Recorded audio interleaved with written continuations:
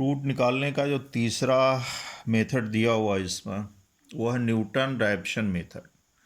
पहले ये समझो कि ये मेथड से रूट कैसे निकलेगा। अगर मान लो कोई फंक्शन दिया हुआ है एफ एक्स इक्वल टू 0, तो सबसे पहले आप x की वैल्यू पुट करो 0 1 2 3। तो ये हो सकता है कि आपने 0 रखा या 1 रखा, यानी x के जिन दो मानों के बीच इस फंक्शन की साइन चेंज होगी, आपका पहला रूट उन्हीं दोनों के मध्य में होगा। चाहे वो अगर 0 और 1 पे होता है तो या तो 0 रूट होगा या 1 होगा। साइन चेंज होना चाहिए, यानी पॉजिटिव से निगेटिव हो या निगेटिव से पॉजिटिव होना चाहिए। दूसरी कंडीशन ये है कि रूट हम लेंगे किसको, यक्स के जिस मान पे एफ एक्स का जो मान आएगा वो आप चेक करिए कि यक्स के किस मान पे इसकी जो वैल्यू आ रही है वो 0 के नज़दीक है। तो यक्स के जिस मान पे इसकी वैल्यू 0 के नज़दीक होगी, आप पहला रूट उसी को लेंगे। जैसे कि एग्जांपल यहाँ पे हमने दिया है कि F X equal to X cube plus X minus 1, 0 रखा -1 आया, 1 रखा 1 आया। 0 पे भी 1 है, 1 पे भी 1 है, तो आप कह सकते हो कि 1 और 1 यानी 0 से दोनों की दूरी आपकी बराबर है। अब आप यहाँ पे स्वतंत्र हो कि पहला रूट 0 लो या पहला रूट आप 1 ले लो। लिखा हुआ चाहे आप 0 ले लीजिए या 1 ले लीजिए। अब पहला वैल्यू ऑफ रूट x1 होता है formula a minus f a upon f dash a. ए आपने 0 लिया है, यहाँ पे 1 भी आप ले सकते हो, पुट कर दिया यहाँ पे, ये वैल्यू 1 आ गई। सेकंड अप्रॉक्सीमेट वैल्यू, अब ये x1 आपका 1 हो गया। अब यहाँ पे x इक्वल टू 1 पुट करिए, फिर इसको डिफ्रेंशिएट करिए, डिफ्रेंशिएट करने के बाद फिर आप वैल्यू यहाँ पे पुट करेंगे। तो यहाँ पे देखिए x1 minus F x1 F dash x1, तो x1 आपका 1 हो गया, एफ x1 भी आपका 1 ही है। डिफ्रेंशिएट आपने किया इसको एफ डैश एक्स, तो इसका डिफ्रेंशिएशन कितना आ जाएगा 3x स्क्वायर प्लस 1, 1 आपने रखा तो इसकी वैल्यू आपकी 4 आ गई, तो 0.75। अगर आपको ये कहता है इसमें आंसर निकालने के लिए एक सेम सवाल ही कि इसका रूट आप निकालिए दशमलव के बाद 2 अंक तक, तो आंसर आपका मिल गया यहाँ पे। अगर ये कहता है दशमलव के बाद 3 अंक, तो फिर आपका रिपीट करिए, इसी को मानिए रूट, यार ए इक्वल टू दिस मच।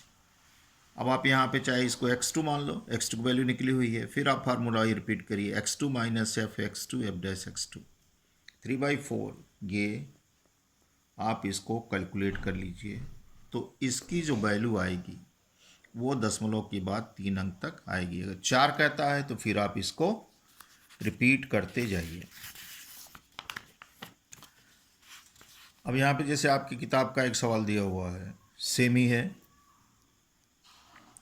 कि यदि समीकरण इसका एक मूल 1 के समीप है, ये कह रहा है 1 के समीप है, इसका मतलब आपको पहला रूट a बराबर 1 लेना है।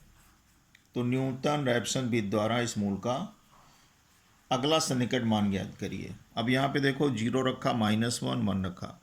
अगर ये नहीं कहता 1 के समीप है तो आप 0 भी ले सकते हो, 1 भी ले सकते, पहले एग्जाम्पल में दिखाया हुआ। कह रहा है 1 के समीप है तो a बराबर 1 आप ले लीजिए, तो f1 आपका 1 आ जाएगा। डिफ्रेंशिएट कर दीजिए एफ डैश एक्स, तो एफ डैश 1 ये वैल्यू आ जाएगी। अब आपका क्या रहा है, अगला सन्निकट x1 a minus f a upon f dash A, 1 minus 1/5 4/5। अगर ये कहता दशमलव के बाद 2 अंक तक, तो फिर आपका a बराबर 0.8 हो जाता। इसी को आप रिपीट कर लेते फिर, और तब तक निकालते जब तक कि दशमलव के बाद 2 अंक पूछ रहा है 2 अंक ना आ जाए, या दशमलव के बाद 3 अंक ना आ जाए।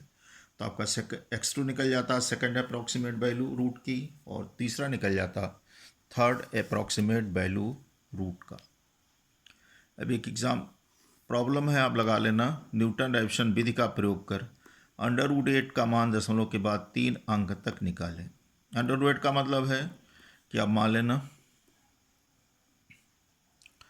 इसको, फिर आप इसको कन्वर्ट कर लीजिए फंक्शन में, एक्स इक्वल टू √a तो एक्स स्क्वायर -8, फिर आप जो है बराबर 0 कन्वर्ट कर लिए। फिर आप चेक करिएगा किन दो के बीच में इसकी साइन चेंज हो रही है, और जिसकी वैल्यू 0 के नज़दीक होगी पहला रूट आप वही लीजिएगा। हो सकता है आपको पहले स्टेप में ही मिल जाए, नहीं तो सेकंड स्टेप में आंसर होगा, नहीं तो आपको तीसरा निकालना पड़ेगा, क्योंकि ये दशमलव के बाद 3 अंक तक इसका आंसर आपको फाइंड आउट करना है। अब एक और इसमें है कि लीनियर इक्वेशन को सॉल्व करना है गॉस एलिमिनेशन मेथड, यानी इस मेथड का यूज़ करके आपको लीनियर इक्वेशन सॉल्व करना है। अब यहाँ पे देखो ये 3 लीनियर इक्वेशन लिखा हुआ है। लेफ्ट हैंड साइड में एक्स वाई जेड का जो गुणांक है, अगर आप उसको कलेक्ट करो, मैट्रिक्स पढ़ाई नहीं गई है तो इसको कहते हैं कोफिशिएंट मैट्रिक्स। वैसे मैट्रिक्स की डिफिनीशन यही है, जानते भी हो कि अगर एग्ज़ाम में जाते हो तो आपको उसी आधार पे कमरे में बैठाया जाता है। अगर 40 बच्चे हैं तो 8 गुणे 5, 8 रो 5 कॉलम बना दिया और आपको वहाँ पे अरेंज कर दिया गया बड़ा कोष्ठक बना के। तो आप कह सकते हो कि अगर 40 बच्चे हैं उनको 8 रो 5 कॉलम में अरेंज करके एक बड़े कोष्ठक में बना दिया जाए तो वो 8x5 ऑर्डर की मैट्रिक्स होगी। इसमें 8 रो होंगे, 5 कॉलम होंगे। कंडीशन होनी चाहिए कि कम से कम, यानी आप उसको आपस में गुणा करो तो एक से ज़्यादा बच्चे उसमें हों। तो ये आपका कोफिशिएंट मैट्रिक्स हो गया। इसको जब हम लिखेंगे तो X equal to B form में लिखेंगे। एक्स हो गया आपका एक्स वाई जेड, बी हो गया आपका जो ये लिया हुआ। ये अगर इसमें इंक्लूड कर दो तो ये मैट्रिक्स आपकी जो है वो ऑगमेंटेड मैट्रिक्स बन जाती है। फिलहाल आपको मैट्रिक्स पढ़ाना नहीं है। अब आपको यहाँ पे देखो ये इस फॉर्म में लिखा हुआ है। मैट्रिक्स का मल्टीप्लिकेशन रो बाय कॉलम होगा, पहला रो पहला कॉलम, पहला इक्वेशन मिल जाएगा, दूसरा रो और ये कंडीशन ये भी है कि मैट्रिक्स का मल्टीप्लिकेशन करने के लिए कंडीशन ये होती है कि पहले में जितना नंबर ऑफ कॉलम हो दूसरे में उतना ही नंबर ऑफ रो होना चाहिए। कॉलम देखो 3 है, रो 3 है। अगर इसको यहाँ मल्टीप्लाई करना चाहो तो यहाँ पे कॉलम एक ही है और जबकि रो यहाँ 3 है, तो ये इसका मल्टीप्लिकेशन नहीं हो पाएगा, इसको इसी से मल्टीप्लाई करना पड़ेगा। अब एक इक्वेशन दिया हुआ है यहाँ पे सॉल्व करने को, ये गॉस एलिमिनेशन मेथड। तो गॉस एलिमिनेशन मेथड एलिमिनेट कैसे करेंगे? आप जो है दूसरे और तीसरे इक्वेशन से x को एलिमिनेट करिए विद द हेल्प ऑफ 1, यानी इक्वेशन एक की सहायता से दूसरे और तीसरे में से x को आप एलिमिनेट करें, जैसे यहाँ दिखाया हुआ है। तो जब आप एलिमिनेट करिएगा एक इक्वेशन y z में ये मिलेगा, फिर इसकी हेल्प से जब यहाँ एलिमिनेट करेंगे तो एक इक्वेशन ये मिलेगा।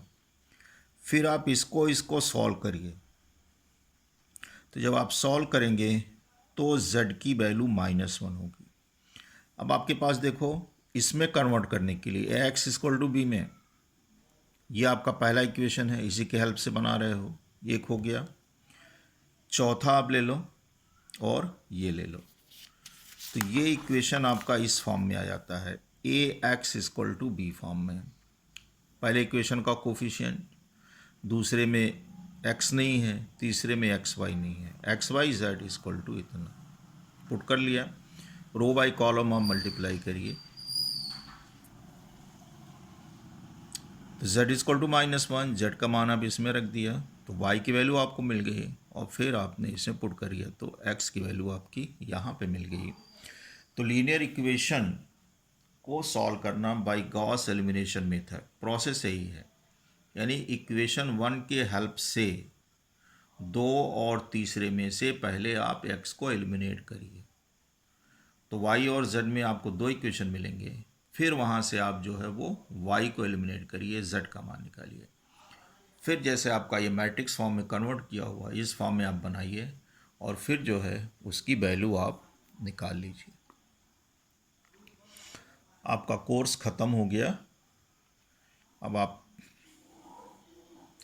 इस पे जो बेस सवाल है 1-2 सवाल आप लगा लीजिएगा।